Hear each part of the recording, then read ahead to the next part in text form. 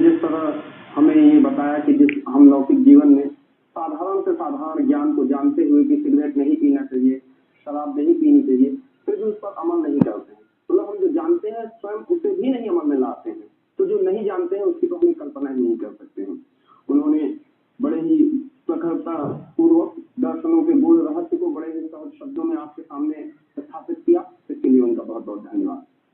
इसी क्रम में अब हम अपने अगले भाई पुष्कर जी को बुला रहे हैं, जो कि बड़े ही प्रखर वाणी के धनी हैं और पिछले 3 वर्षों में उन्होंने संगठन से जुड़ करके आंदोलन में बढ़ चढ़ कर हिस्सा लिया।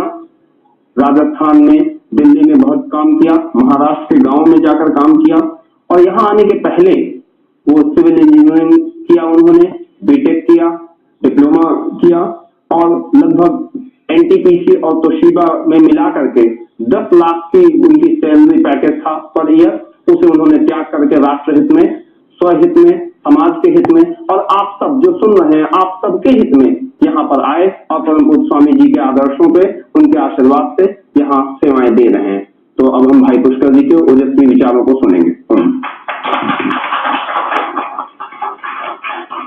हम सभी के मुख्य अभिभावक एवं परम पूज्य स्वामी जी महाराज जैसे विराट व्यक्तित्व को तैयार करने वाले परम श्रद्धेय गुरु जी के चरणों में मैं हृदय की असीम गहराई से प्रणाम करता हूं, नमन करता हूं।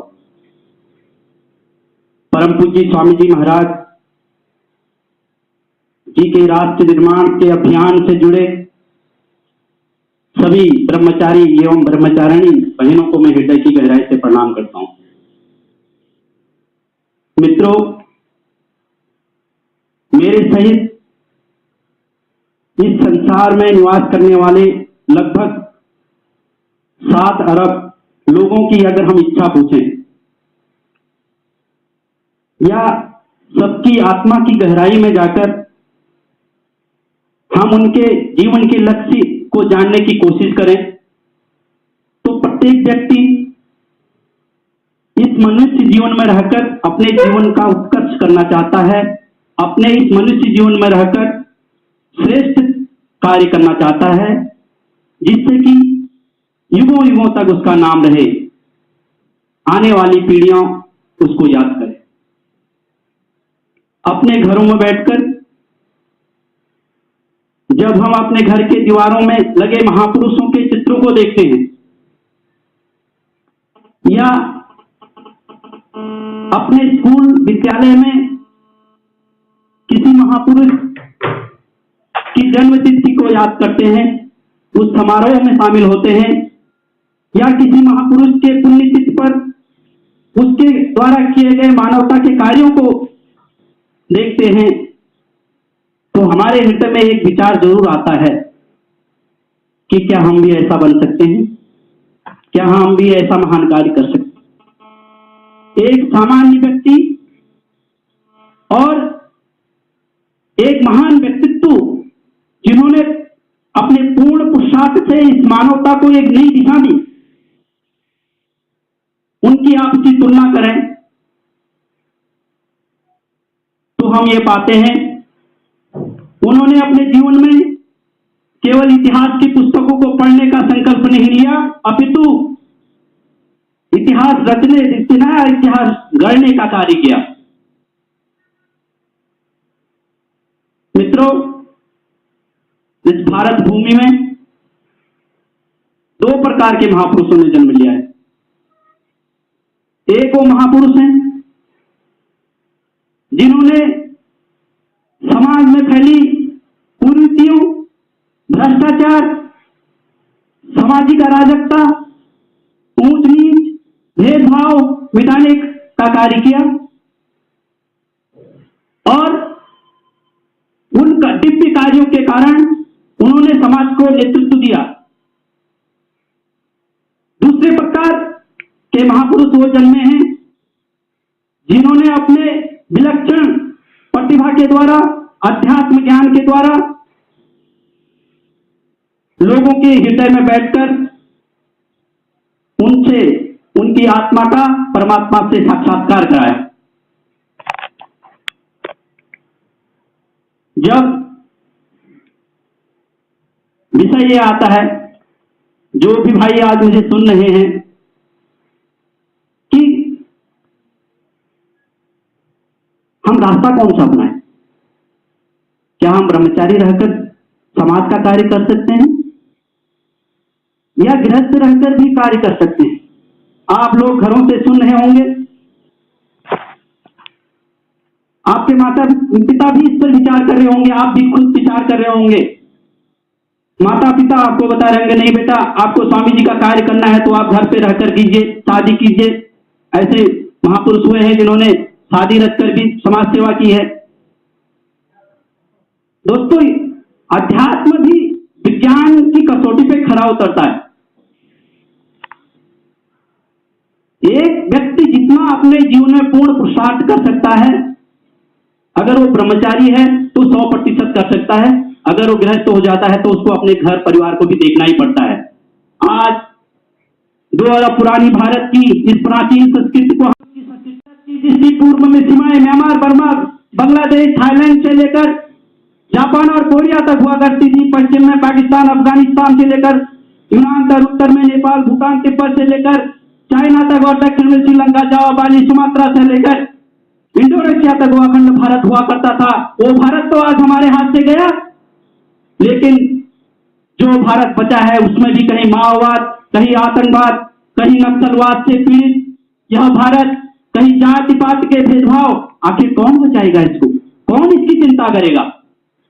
मैं करूंगा, आप करेंगे, दूसरा कोई देश से इस राष्ट्र को बचाने के लिए मित्रों कोई नहीं आएगा। ये हमारा कर्तव्य है, हम बाहर निकले घरों से। आपसे सबसे बड़ी खुशी चाहते हैं कि मेरा बेटा कुछ अच्छा करे। आप किसी विद्यालय में पढ़ते हैं, 10वीं कक्षा में पढ़ते हैं, 12वीं कक्षा में पढ़ते हैं, बीए पढ़ रहे हैं, बीएससी कर रहे हैं, कुछ कर रहे होंगे, किसी गुरु से आप ज्ञान ले रहे होंगे।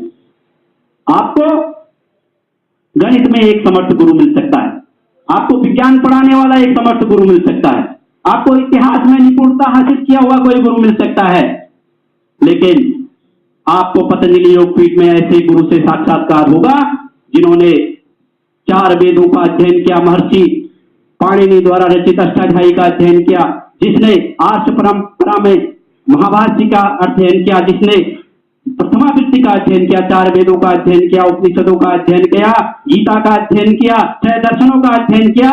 इतना ही नहीं मित्रों, आधुनिक शास्त्रों में जिन्होंने योग को विश्व में पहचान दिलाई, जिन्होंने मेडिकल साइंस को आयुर्वेद के द्वारा चैलेंज किया, जिन्होंने केवल भारत का ही नहीं अपितु पूरे विश्व के इकोनॉमिक्स पे अपना झंडा गाड़ा, जिन्होंने भारत का आधुनिक और विश्व का प्राचीन इतिहास लेकर लोगों को, विद्वानजनों को चैलेंज किया। क्या ऐसे गुरु, आप ये विषय में आप पे छोड़ता हूं, क्या ऐसा गुरु आपको कहीं मिलेगा? मैं आह्वान करता हूं, आप आइए। माता पिता अभिभावकों से मैं निवेदन करता हूं, आप अपने बच्चों को प्रेरित कीजिए, घरों से बाहर निकालिए। परम पूज्य स्वामी जी ने यह भारत मां का झंडा अपने हाथों में लिया है। मैं यह आपको आश्वस्त करता हूं कि आपका बच्चा जब यहां से निकलेगा तो आपका नाम जरूर रोशन करेगा। मैं सभी भाइयों से आह्वान करता हूं, बहनों से आह्वान करता हूं, सभी युवाओं से आह्वान करता हूं, हो सकता है जब आप यहां आने का विचार बनाएं, माता के आंखों में कुछ आंसू निकलें, माता रोएगी, लेकिन आप बच्चों, मेरे भाइयों, यह जरूर ध्यान करना, इतिहास गवाह है, भगत सिंह की मां ने भी कभी ने उनसे फांसी पर चढ़ने के लिए नहीं कहा, चंद्रशेखर आजाद की मां ने कभी नहीं कहा तू गोली खा ले, स्वामी दयानंद सरस्वती जी की माता ने कभी नहीं कहा तू सन्यासी बन जा, स्वामी विवेकानंद की मां ने कभी नहीं कहा तू सन्यासी बन जा। आप मां के आंसू निकलते हुए देखकर इधर आओगे, लेकिन मैं आपको आश्वस्त करता हूं, जब 2-4 साल बाद आप यहां से निकलोगे, जो आपने माता को आंसू दिए वो उनको आप मोती की तरह उनकी झोली में डाल दोगे। आइए हम सब मिलकर परम पूज्य स्वामी जी महाराज जी के नेतृत्व में एक महान राष्ट्र की कल्पना के साथ वैदिक धर्म की पुनः प्रतिष्ठा करते हुए समगच्छत्वं संवर्धत्वं संभो मनांसि जायताम देवा भागम यथा पूर्वे सम ज्ञानानाम उपासते की बात को सिद्ध करते हुए, वेदों की वाणी को सिद्ध करते हुए परम पूज्य स्वामी जी महाराज जी की अंगुली पे अंगुली मिलाकर हाथ पर हाथ मिलाकर उनका साथ दें।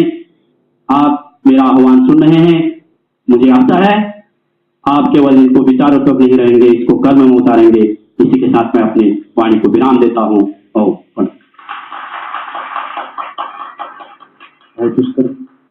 अभी हमें अपने विचारों से अवगत कराया, बहुत सारी बातों की ओर उन्होंने हमारा ध्यान आकर्षित कराया।